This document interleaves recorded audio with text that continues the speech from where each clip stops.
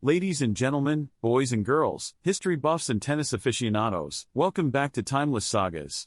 I'm your host, and today we're going to embark on an epic journey to explore the fascinating history of tennis, a sport that has captured the hearts of millions around the world. So, sit back, relax, and let's serve up some knowledge. Now, before we get into the modern, high-speed game that we all know and love, let's grab our time machines and venture back to 12th century France. That's right, folks, the origins of tennis can be traced back to the medieval era, where it was known as jeu de paume, or game of the palm. In fact, it wasn't even played with rackets at first. Instead, our courageous ancestors used their bare hands to smack a ball made of wool or leather, which was sometimes stuffed with sawdust, sand, or even human hair. Talk about a hairy situation. As the game gained popularity among the French nobility, it started to take on a more recognizable form. By the 13th century, players began using gloves with webbing between the fingers, an early prototype of the racket. And as the centuries rolled on, the gloves morphed into wooden paddles, followed by more sophisticated frames strung with gut, yes, gut, as in the intestines of animals. Yikes, right? But hey, they had to make do with the resources they had back then. Now, let's talk about the courts. Back in ye olde days, the game was played in monastery courtyards, where the walls formed natural boundaries. Players would smack the ball off the walls, giving rise to the term real tennis, a nod to the royal courts where the game was often played. Fun fact, King Louis X of France was such a fan of the sport that he actually had indoor courts built within his palaces. Talk about taking your hobby to the next level.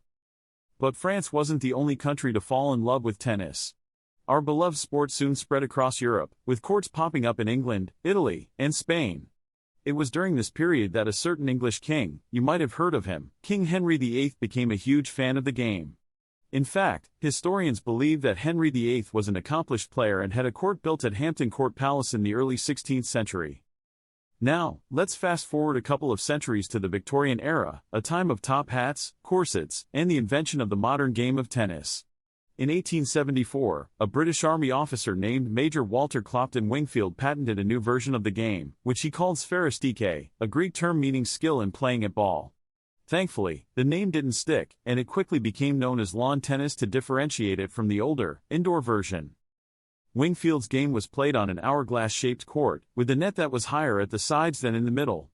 The rackets were made of wood, and the balls were made of rubber, a far cry from the woolen and leather balls of yesteryear. Players would serve underhand, and the scoring system was somewhat similar to what we have today, with points awarded for each game won. The popularity of lawn tennis skyrocketed, and in 1877, the first Wimbledon championship was held, marking the beginning of the rich tradition of tennis tournaments that we know today. At first, the tournament was only open to amateur players, but by 1968, with the dawn of the Open era, professionals were allowed to compete, paving the way for the likes of Billie Jean King, Rod Laver, and Arthur Ashe to grace the courts of Wimbledon. Now, you might be wondering, what about the other Grand Slam tournaments? Well, the US Open was first held in 1881, initially as a men's-only event, with women's singles and doubles being added in 1887. The French Open, or Roland Garros, as it's known today, was established in 1891, but it wasn't until 1925 that the tournament opened its doors to international competitors. Last but not least, the Australian Open was founded in 1905, and like its counterparts, it has evolved over the years to become one of the most prestigious events in the tennis world. But it's not just the tournaments that have evolved, so too has the game itself. Over the years, we've seen the emergence of distinct playing styles, from the serve and volley approach of legends like Martina Navratilova and Pete Sampras to the powerful baseline game of Serena Williams and Rafael Nadal.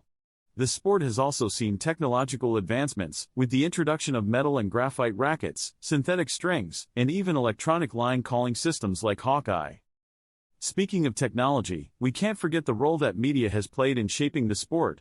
From radio broadcasts of Wimbledon in the 1920s to the advent of television coverage in the 1950s, tennis has always been a popular spectator sport. And with the rise of the internet and streaming services, fans can now follow their favorite players and tournaments from anywhere in the world. So, there you have it, folks, the rich and storied history of tennis, a game that has come a long way from its humble beginnings in medieval France. From kings and queens to modern-day champions, tennis has captured the hearts and minds of people across the globe. And as long as there are courts to play on and fans to cheer, the timeless saga of tennis will continue to unfold. Thank you for joining me on this journey through the ages. Be sure to like, share, and subscribe for more timeless sagas.